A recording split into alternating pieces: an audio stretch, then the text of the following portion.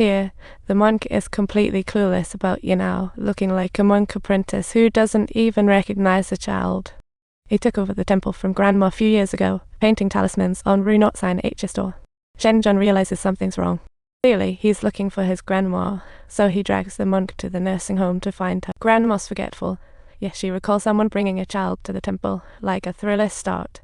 She took them in out of pity. Who wouldn't want to volunteer in the temple? Looking at the talismans on Ru Notsan H's door, Grandma scolded Chen Jun. You call this art? It's pure abstract. Did she mistake him for Yin-Hao's father? Well, at least they found the right person, but the mystery is still unsolved. So Yin-Hao really killed for some reason. How on earth did she get such a perfect alibi every time? Would she really take a stab at her son-in-law for her son?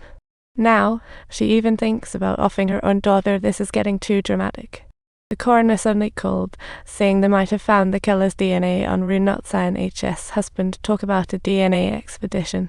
The coroner compared Yin-Hao's DNA with that of that mysterious third party, and the result was jaw-dropping. It turned out the killer shares maternal lineage with Yin-Hao, making the situation more bewildering. But who is Yin-Hao's mother? They can't even track that down. It's like a mystery novel. The coroner compared the killer's DNA with Ru Notsan H's. How did they not share any lineage? This plot twist is wild. Even if they are half-siblings, the coroner discovered the killer shares paternal lineage with Ru Notsan H, which is just too... And it's a woman. Chen Jun was completely dumbfounded. Who are they supposed to trust?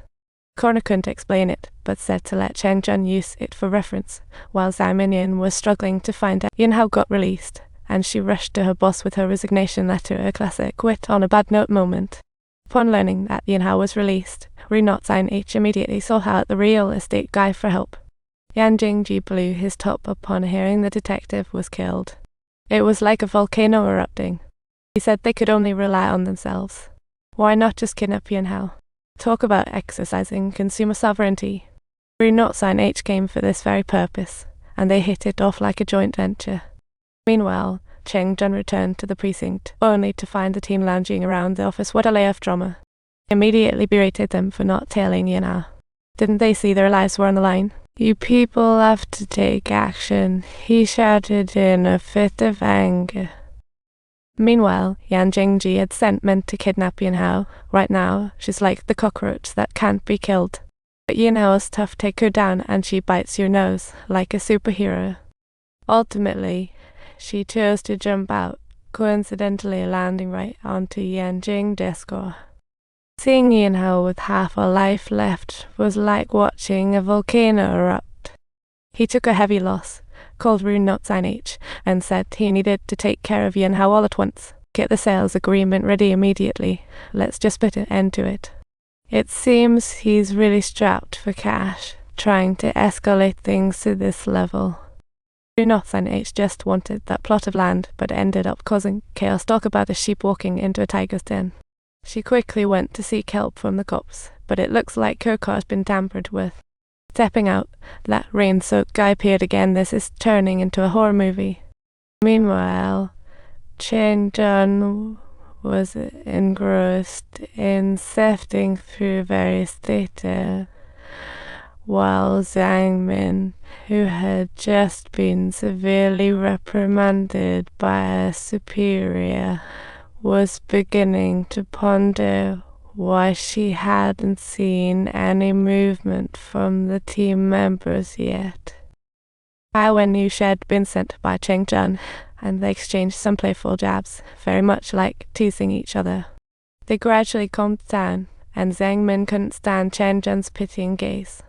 Chen Jun claimed it was all his fault, earning himself the title of self-reflector. He was so focused on work, neglecting his wife, feeling it like an unforgiving plot. He accidentally said some things he shouldn't have, causing his son to react even more twistedly. If he hadn't misplaced his phone that night, his son wouldn't have had the opportunity to counterattack. He really has made his own bed to lie in. Yang Min understood his intent, but even so, she didn't want to keep needing help. It made her feel like an attached accessory. Just then, a team member called, saying they couldn't find the eagle, but their code got smashed. They told her that even though the car was running, the person was missing, totally baffling. Dangman stopped worrying about her issues and recalled what her subordinate had said. They found a neighbor from the Yin family who might have clues. They found the neighbor who immediately thought of Yin He when they mentioned the Yin family. He heard that Yin Hui had Lone Path, but from what he knew, she was kicked out of her home, definitely not a good tale. She left with a noticeable belly. Chen Jun found it hard to grasp this. It was just too ridiculous. Neighbor mentioned that Yin Hui was rejected by the villagers, making her a total tragic figure. Only Yiming who cared for her the most, so shortly after she left, he abandoned his family and never returned.